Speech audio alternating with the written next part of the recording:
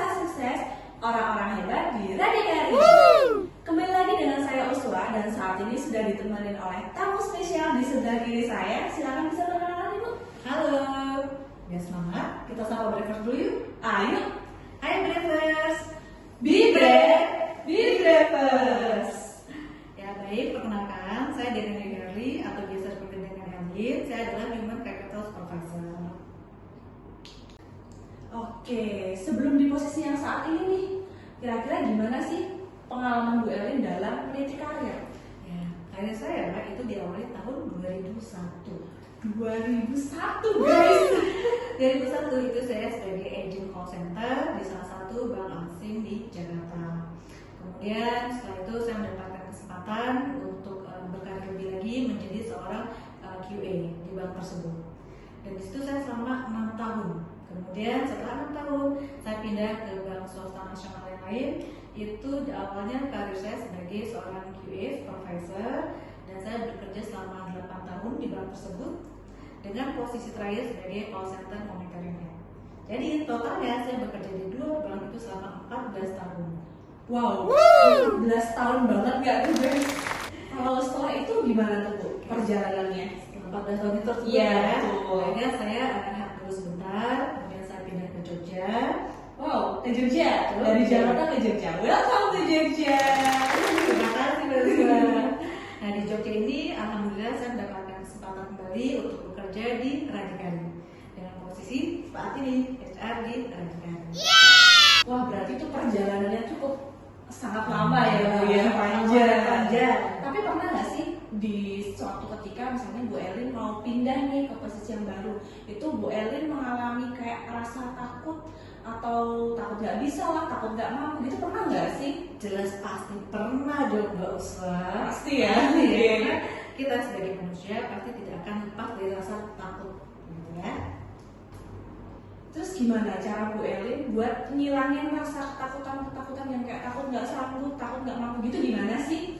Oke, awalnya adalah kita harus memiliki rasa keyakinan pada diri kita sendiri bahwa kita pasti bisa, kita pasti mampu. Itu pertama. Kalau orang Jawa tuh biasanya sing penting yakin gitu ya. Betul sekali, bagus ya. Terus Yang penting yakin ya. Yang penting yakin. Kemudian jangan ragu-ragu dalam mengambil keputusan, melakukan sesuatu. Jadi kalau misalnya kita melakukan sesuatu tapi nggak yakin, ntar bener nggak ya, ntar salah nggak ya, itu pasti hasilnya tidak akan baik.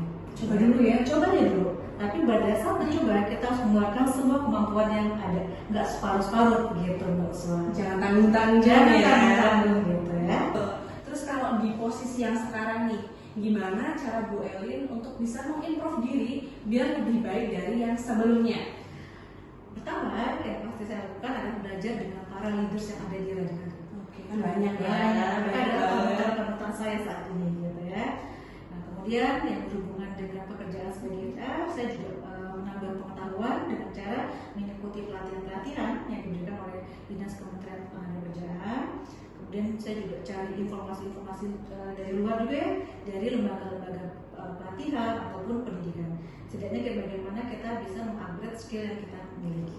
Berarti memang kita tuh harus selalu up to date ya dengan perkembangan zaman. Sekali Mbak Usma, harus itu. Yang terakhir nih, sekarang Brevers mau minta tips nih dari Bu Elin biar Brevers bisa mengimprove diri menjadi lebih baik. Oke, yang pasti untuk brevers jangan merasa nyaman dengan kondisi saat ini.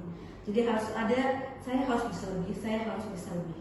Dan bagaimana kita bisa lebih? Otomatis kita harus mengupgrade kemampuan kita. Caranya gimana? Teman-teman bisa mengikuti pelatihan-pelatihan yang ada, atau dengan smartphone yang kita miliki, itu kita bisa menambah loh ilmu-ilmu yang ada di sana gitu. Jadi dengan secara online pun kita bisa mengikuti pelatihan, misalnya untuk kontak center itu seperti apa gitu ya. Jadi walaupun kita hanya di dalam rumah saja atau di kantor, tapi ilmu kita bisa kemana-mana. Step selanjutnya, selain dengan dari smartphone kita juga bisa belajar dari lingkungan kerja kita sendiri, dari leader-leader kita yang ada. Misalnya, supervisor kita, oke, OM kita, dan gak hanya OM kita, dari OM layanan lain pun kita juga bisa belajar bagaimana mereka bisa mengambil keputusan, bagaimana bersihkan dengan tim-timnya yang solid seperti itu.